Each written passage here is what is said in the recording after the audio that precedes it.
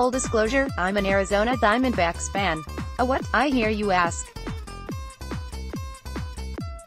The Diamondbacks are D-backs for short, or a Major League Baseball team based in, not surprisingly, Phoenix, Arizona.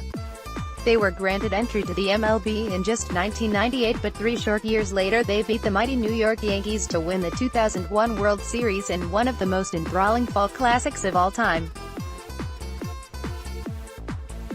The 7-game thriller saw 2 extra-inning games and 3 late-inning comebacks, and then there was Game 7, which in 2009 was chosen by Sports Illustrated as the best postseason game of the decade. There were so many great characters, so many extraordinary moments, so much drama. It was the sort of World Series which makes you fall in love with baseball. And so I did, sitting on my couch in Sydney, Australia, glued to every moment. It was a tale of the rank underdogs, Arizona, up against the pride of New York, the most successful franchise in baseball history.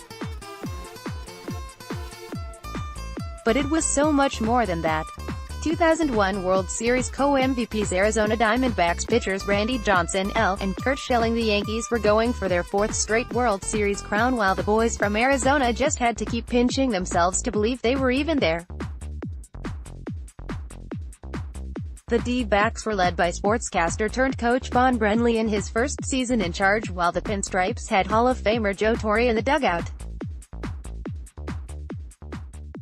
And poignantly, the Yankees were playing for the heart and soul of their city, with the first game of the World Series starting barely 6 weeks after the September 11th attacks, much as the Astros were playing for strife-torn Houston last year after the devastating effects of Hurricane Harvey. When sporting events follow such terrible tragedies, the game becomes so much more than what is happening on the field. A coming together of the community, a gathering of souls, a defiant showing of the human spirit. At times like this, a game of baseball can mean so much more.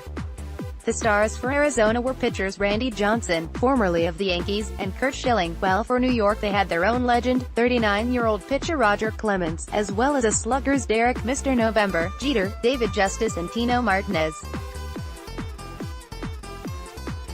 In Game 1 in Phoenix, the D-backs laid down a marker with a 9-1 hammering, starting with now Milwaukee Brewers manager Craig Counsell one-out homer in the first. Manager Bob Brenly of the Arizona Diamondbacks holds the trophy after Game 7. Arizona made it 2-0 in Game 2, but then, back in the Bronx, New York swept the D-backs to make it 3-2 heading back to Phoenix. Game 6 was another bloodbath for Arizona as they destroyed the Yankees 15-2, which until Boston defeated them 16-1 in Game 3 of the ALDS this year, was New York's biggest ever postseason loss. It all came down to Game 7, with the Yankees bringing in Clemens while the D-backs took a big risk opting for Schilling, who had already started 2 games in the series and pitched his 300th inning of the season on just 2 days rest. Yankees led 2-1 coming into the top of the 9th, and only smart thinking from Brenly to bring in the last night's starter, Johnson, off 104 pitches, kept it that way. With just 1 inning remaining and perhaps feeling the burden of carrying their city on their shoulders, the famous Pinstripes committed a trio of uncharacteristic errors. Firstly, pitcher Mariano Rivera's wild throw to second base on a bunt attempt by Damian Miller put runners on first and second. Then the great Jeter himself got tangled in the legs of pinch runner David DeLucci, who was sliding in an attempt to break up the double play. During the next at-bat, Rivera threw out DeLucci at third base, but third baseman Scott Brosiadis inexplicably held on to the baseball instead of throwing to first to complete the double play. Tony Womack then hit a double down the right field line to tie the game.